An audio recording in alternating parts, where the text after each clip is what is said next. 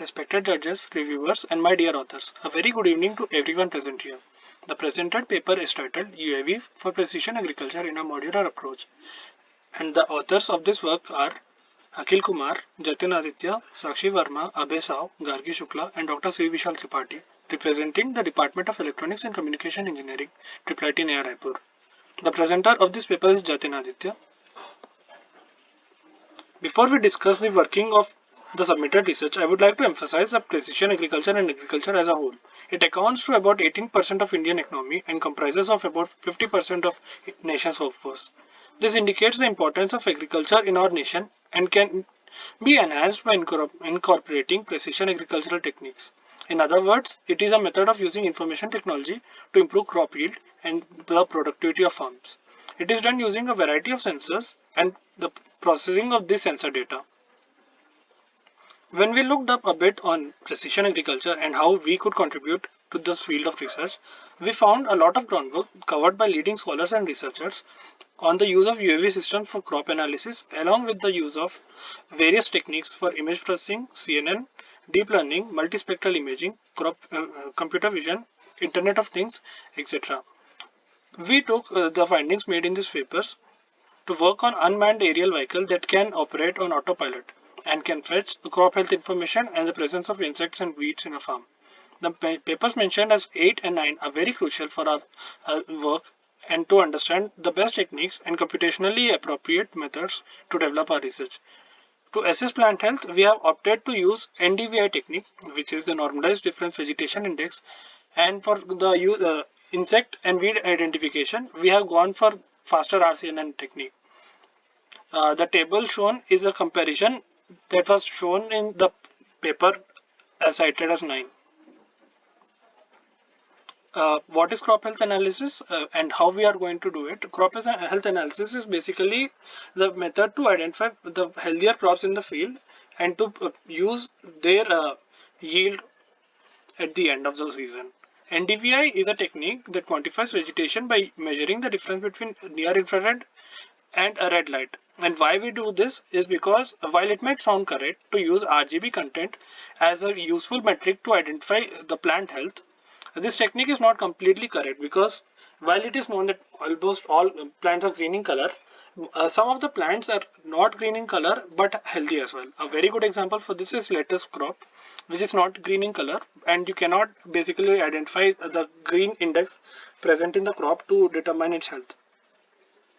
So we have looked up the various techniques that were available, and some of the important and interesting techniques that were available are soil adjusted vegetation index known as SAVI, the atmospherically resistant vegetation index known as ARVI, enhanced vegetation index EVI for dense canopy regions, etc. We have opted NDVI because it is simple in terms of computational requirements and helps our UAV system to have a better flight time.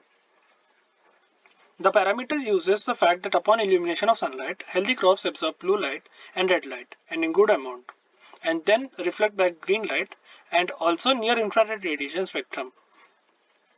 While NIR on the other hand is not visible to the human eye and is usually captured using a multispectral camera, NDVI is calculated simply by this formula as shown. This is done easily using a no-IR camera and would be explained in detail. The proposed solution is the use of unmanned autonomous aerial vehicle that is capable of identifying insects and weeds in field and also to determine plant health. How we are going to do this is by the use of a robot operating system that is known as ROS, image processing tools, machine learning concepts in a modular approach. That is a glimpse of the whole setup, and this is a photo that is taken back at our campus, IIIT Naya Raipur.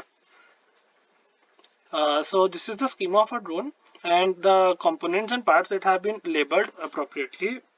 The setup was used by incorporating a glass fiber frame, and this is a quadcopter drone. We have opted for the quadcopter drone because we have a lot of payload and we wanted to minimize the cost, and the glass fiber is not expensive and also very robust as a whole. At the bottom and the front you can see the gimbal, which is the case where we put up our modules 1 and 2, according to our purposes. That is identifying insects and weeds or determining the plant health in a farm.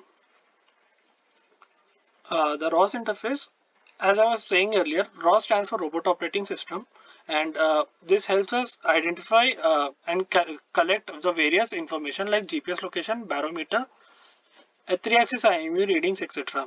At one time, as I was speaking earlier, that we can only go for one module, that is the NDVI camera module or the HD camera module, to survey the crop health or identify insects or weeds in a field as per preference.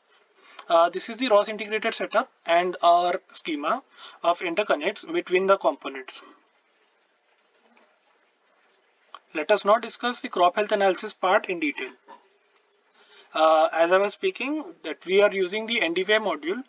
It is basically a NOIR camera fixed to a Raspberry Pi companion computer, and a NOIR camera is simply a camera that is not having an IR filter. This enables us to tap the near-infrared radiations. A Python code script is used to measure the real-time NDVI for the captured images. The table shown is for your reference, and the value of NDVI lies between -1 to 1. For plants, this value is between 0.25 and 1, that is the healthy plants, and for unhealthy plants, the value lies between 0 to 0.2. Basically, a value of less than 0 indicates that the object is not a plant and could be something else, as some of the examples are shown. This is the setup, the module that we have used and encased. Here are some of the images that were captured using the drone on the NOIR camera from IIIT Naya Raipur. Now let us talk about the second module, which is the insect and weed identification part. We incorporated the use of faster RCNN, as faster RCNN provides a high accuracy among the existing CNN modules. The output layer consists of 16 neurons for detecting, 15 neurons for detecting insects and 1 neuron for detecting weeds present in an image. The proposed RCNN model consists of 16 neurons, as I was saying, and the distribution was shown. In total, we had 814 images for 15 different insects and 224 images of weeds, and these were mined across the internet. Data augmentation was done to increase the amount of data and to avoid overfitting. The final augmented data of 2900 images was used for training the neural network. While the dataset is in hand, the neural network is proposed for making decisions and predictions. On exploring faster various existing deep learning models, we, as I was saying, opted for RCNN, faster RCNN, and because mainly of its high accuracy and the trade-off between FPS and accuracy might be very much, but the purpose is being solved. This is a flow of the operations, the flow chart, and as you can see, we firstly have to choose one module, that whether we are going to identify the insects of weeds in a farm or are we going to assess the plant health. So accordingly, we choose the NDVI module or the HD camera module, and then we go on to capture image. In case of NDVI module, then process on board, and then using the Wi-Fi module, the transmitter and receiver connected to the drone and the local ground station, we transmit this information, the real-time video, and present the color mapped images on a browser. And for the HD camera module, we use a standard HD camera that transmits a video on the telemetry, and using the ROS ground station, we collect this data and then perform classification and detection. Here are the results. The crops shown. You can see that there's blue and yellow in stress plants, and this is the accuracy that we have achieved, which is 89.5. That is our training loss curve, and here are some of the images. As you can see, there's a weed and the armyworm that has been detected.